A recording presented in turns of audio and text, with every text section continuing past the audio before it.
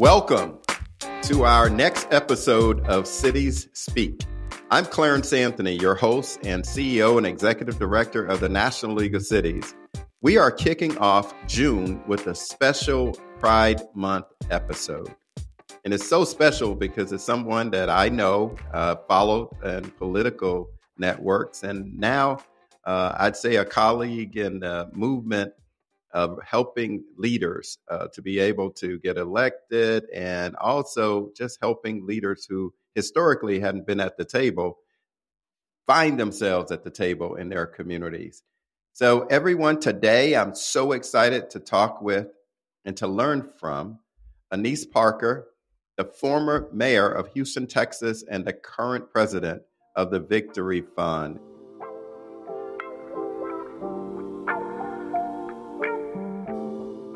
Hello, Mayor. How you doing? Hello. I am doing very well, and I'm happy to speak to you. It's a great way to kind of get ready for Pride Month.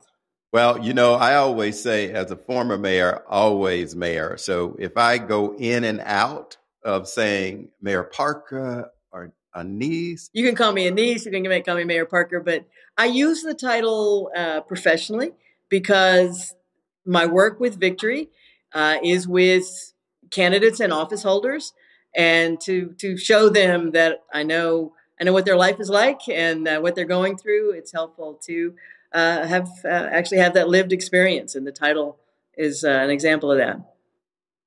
Yeah, I even see that in my role as CEO of the National League of Cities. I was a former mayor, and one of the things that was interesting, I always felt they wouldn't hire a former mayor as the CEO of the National League of Cities. And it was interesting looking at your journey and how you got into public life was interesting. But that former mayor title sometimes get people like, oh, you actually ran a city or so? Well, so if you can run a city, you can pretty much run anything. Let's just get that out of the way right there. Mayors tend to be pragmatic policy wonks, and we like to get stuff done. It's frankly why a lot of mayors don't go on to run for legislative bodies or Congress, because they like to get stuff done. Okay, that's my snarky comment for today. Well, you know, the thing is, it is great to be able to see you in this role because it's obvious that Victory Fund is a needed organization, because if we look back in 1991, we saw at all levels there was nearly 50 openly LGBTQ plus elected officials across America. And so when you were able to take over this role, the attention was to try to get more candidates for public office. Are you seeing that happen more around America? Absolutely. There are just under 1,100 out LGBT elected officials now. Now, we know that there are more, but these are the ones that we've been able to identify, that publicly accept that they're part of the community. More and more folks run every year. Part of it is, 2018 was a watershed year for all sorts of marginalized communities. The 2016 election shocked a lot of folks. And so you had folks, more women, more candidates of color, more first generation Americans, more LGBT candidates ran for the first time. We just had a flood of candidates on the ballot. The LGBT community was obviously a part of that. But also what's happening is that success breeds success. If you see people in these roles, if you see that folks have had success running, you're more apt to want to take the plunge yourself. That huge surge of candidates in 2018 was good for us. A lot of first-time candidates, let's be frank, lose. And part of what we do at Victory, we are Victory Fund, and then we are also Victory Institute. We have a C3 side, is that we train candidates. And we work with people who want to run for office. And so if we didn't pick you for an endorsed candidate on the fund when you were actually running, maybe it's because you need a little more training. Maybe you need to pick a different race. Sit down and work with us, because our job at Victory is to put more LGBT leaders into the political pipeline. We don't do lobbying, we don't do policy, we just do people. And while we love and respect our allies, we don't. That's not our mission. And we don't just do elected office. We also have a team that works on putting people into appointed positions at the federal level. So you want to see people like you in office. That's what we've been doing for more than 30 years. But it's not just that. Feel that you have the right to be there. You have the skills and the experience to get there. And so all of these things and the fact that there's a group like Victory out there to help you means that we have more and more candidates who run every year, and we have success.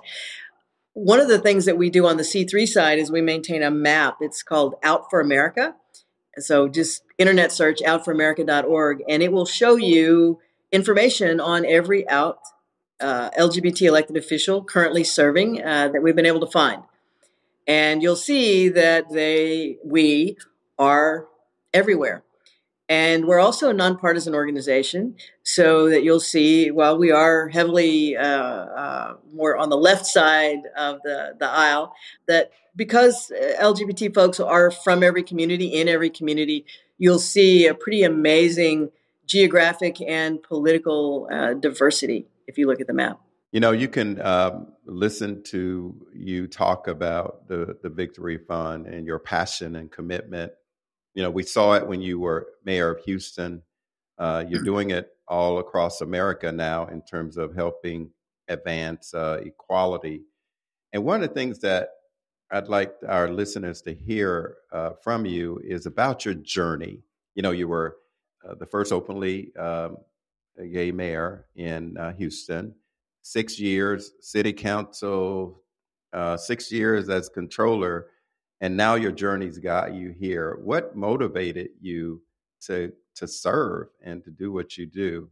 So first of all, yeah, we had 2-year terms in Houston and 3-term term limits. So 3 terms, 6 years as a council member, term limited. 3 terms, 6 years as a controller, term limited. 3 terms, 6 years as mayor, term limited. So yeah, what moved me up the pipeline? Term limits. But it always works. I am not a fan of term limits, but it pushed me to think about what I wanted to do and continue to serve. But the true answer to your question is, I had a family who really believed in civic engagement and volunteerism. And my parents and my grandparents, and let me just say, my mom and both my grandmothers worked outside the home. So I had very strong role models of women. You needed to educate yourself, you needed to be able to support yourself, and you had to give back to community. So they all volunteered. They were all very active in their church. And they were also, if there was a neighborhood cleanup or if there was some, a need, a crisis, they were volunteers. And when I was little, I was voluntold. And when I grew up, it became a part of who I was. And so, I didn't run for office, and I didn't win my first council seat until 1997. And I'd had a 20-year career in the oil and gas industry. But all that time I was working, I was an active community volunteer. And so running for office was just a logical next step, because it was a deeper level of work on the issues that I cared about.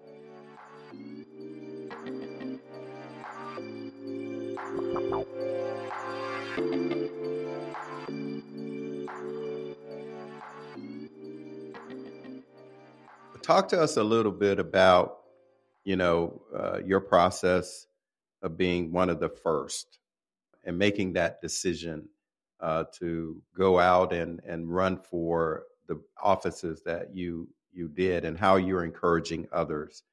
What advice do you give them? Being a first is an opportunity and also a challenge. So I am noted as the first LGBT person to lead a major American city, but Houston's the 4th largest city in America. I was only the 10th woman in American history to lead a top 10 U.S. city. So every day I was conscious of being a role model as a woman, being a role model as member of the LGBT community who identifies as a lesbian, of but also as you, Mayor, just wanting to do a good job for my hometown, for my city, and it wasn't a burden, but it was a responsibility I acknowledged, and I think that that's important when you know that you're a first and you're willing to take that on. I mean, I didn't run to make a statement. I ran to make a difference in my community, but recognizing that I had certain responsibilities outside or to the broader community, and that I had to conduct myself accordingly. And it was just part of the whole. What it meant to be a mayor. Now, it was helpful to me that I'd already been in office 12 years, the 6 years as council member and the 6 years as controller. So I had an established public persona, and I kind of knew what to expect. I was startled, and what I've learned, and particularly in a big city where there's 24-hour media coverage, I was recognizable as the city controller or city council member, but I could never be anonymous again in Houston as mayor. And in a modern era where everybody has a recording device in their hands, there are no private moments in public for any elected official. So and mayors are so recognizable that I was conscious all the time when I was out of the house that yeah, someone could be recording, someone could be watching. It is just part of what you have to accept when you go into the job. And I would finally I would just say that I would do in my mind when I would take positions or think about how what was I was out in public and I'm doing something or other, like, would I want to explain this to my grandmother? And if I could, if I can explain what I was doing to my grandmother, I didn't want to do it. We all have to have It some is. kind of voice like that in our heads. Yeah, that was my mother. I'd say, would Mama be upset if she read about this in the newspaper? But it's so funny that you say that because sometimes I'm with my family and I'm joking around in the airport, and my wife will say, "You know, your mayor or your CEO, somebody's gonna know who you are." And as soon as I do something crazy, someone walks over and say, "Hello, Mayor Anthony, how are you doing?" And I'm like, "Oh my gosh, I was just dancing in the airport."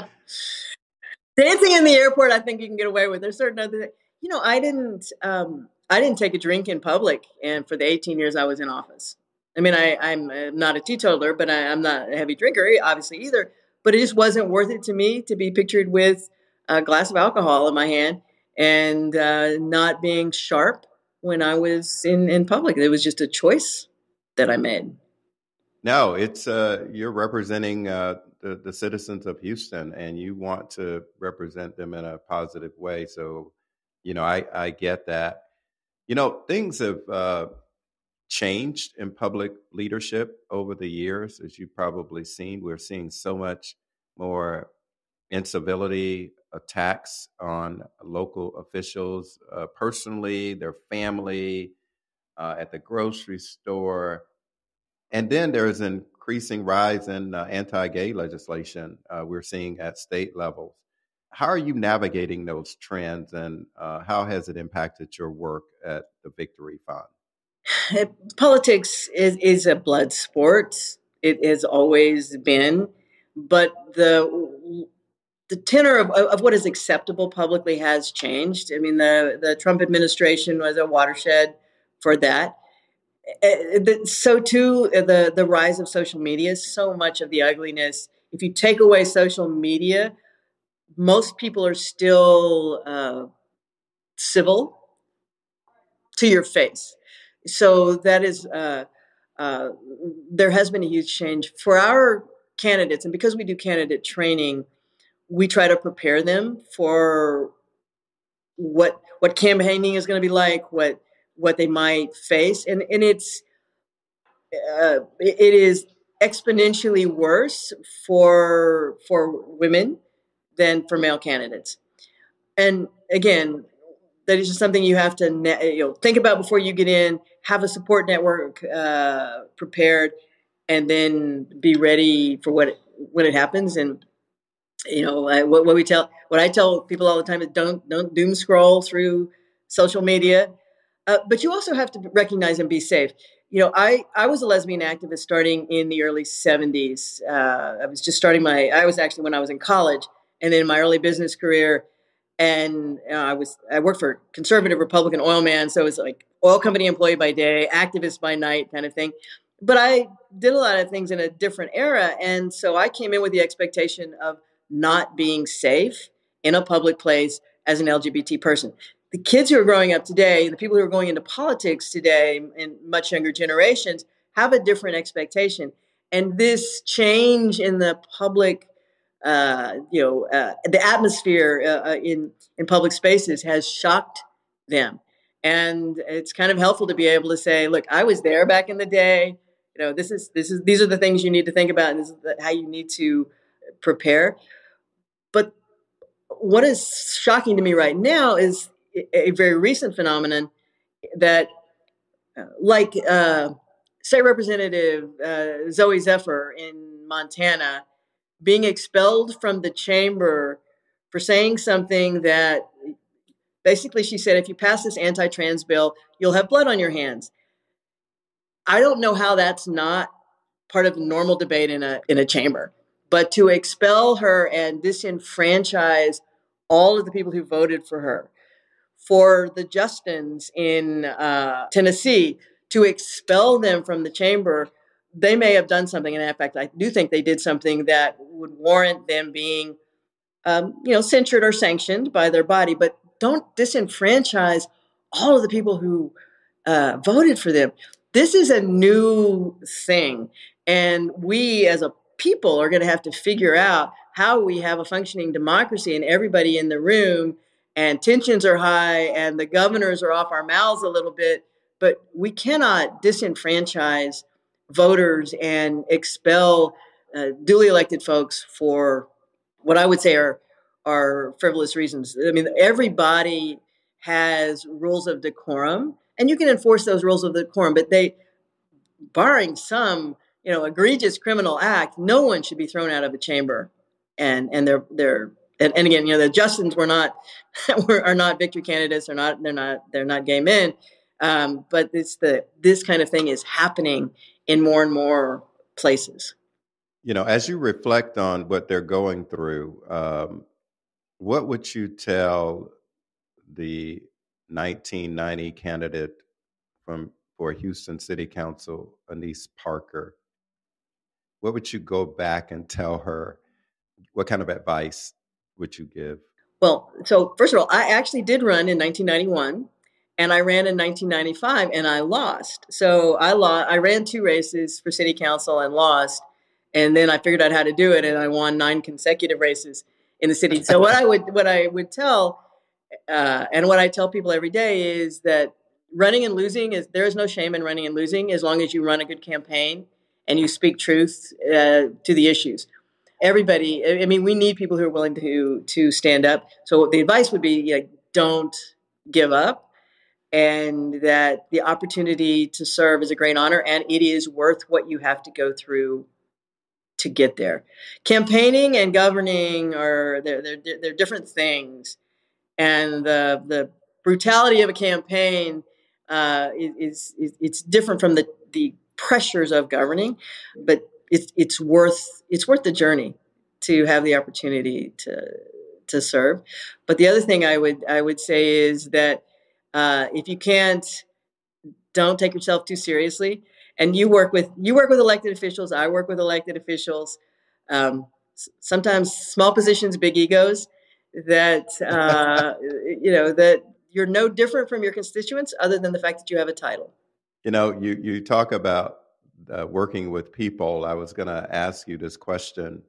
CEO of the city of Houston, and now President CEO of the Victory Fund. What's the similarities, and what do you see as the difference in terms of opportunities and challenges? Oh, I love the fact that I don't have to be on a ballot myself. Going through reapplying for your job or for a job every 2 years it's challenging and stressful. And then running for office, there's not anything about running for office that I enjoyed. Some people will say, "Oh, I like meeting the people." I do like meeting people.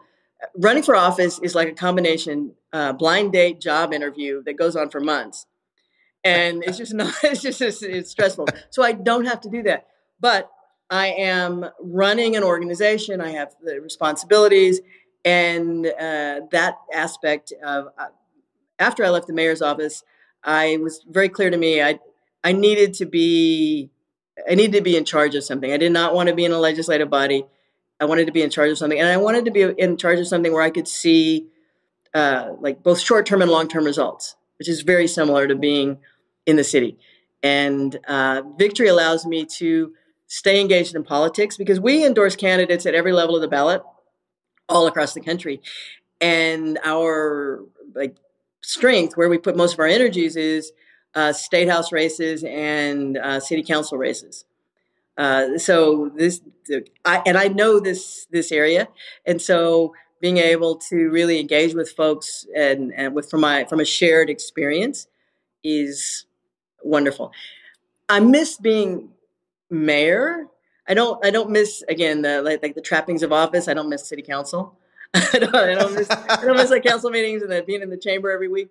But I miss the ability to have a direct impact on people's lives.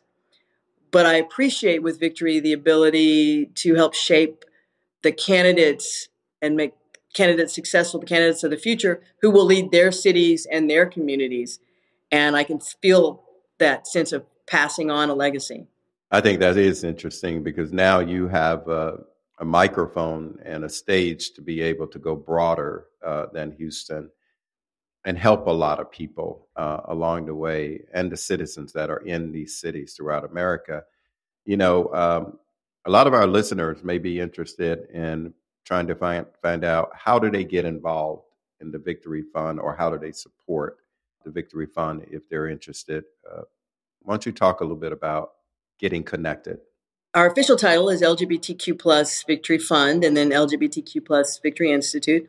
And it's victoryfund.org or victoryinstitute.org, the PAC and the C3.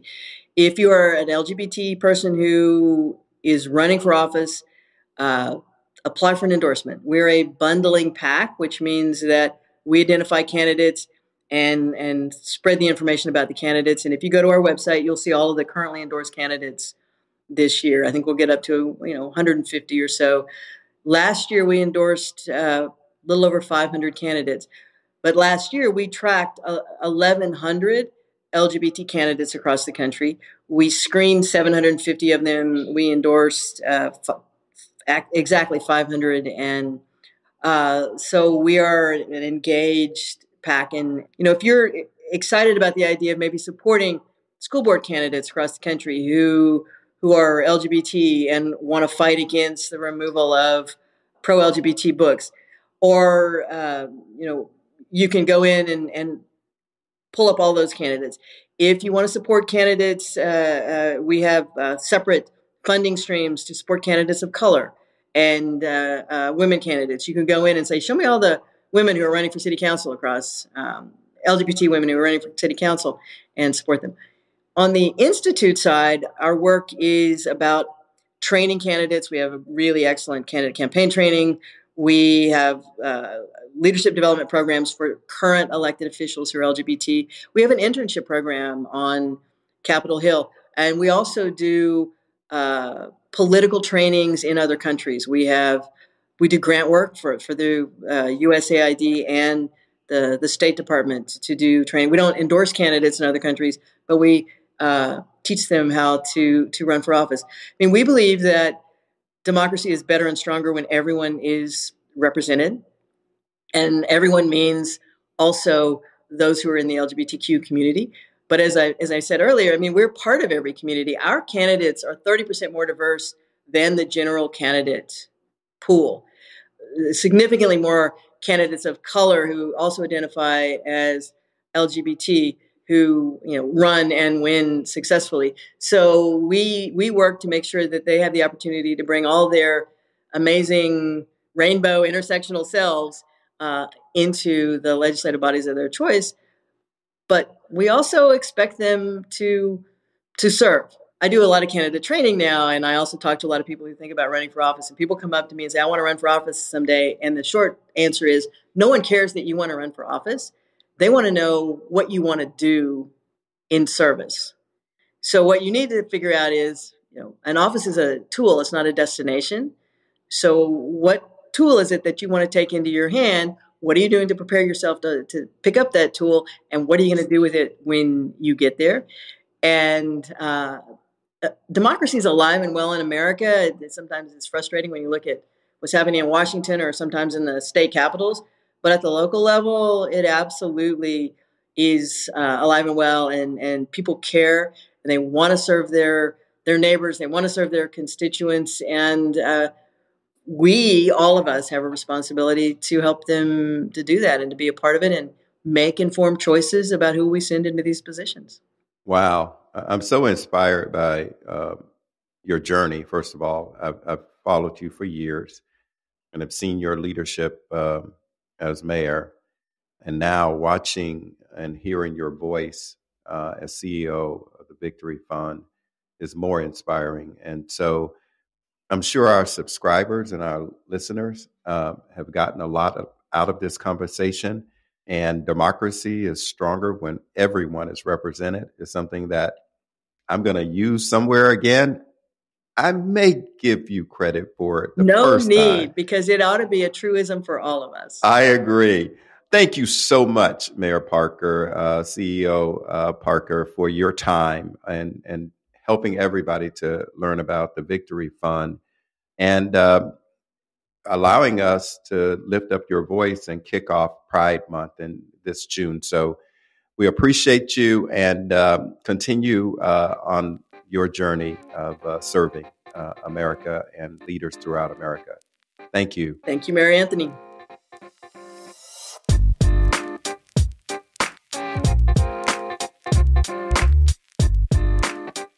Thanks for listening to City Speak with Clarence Anthony.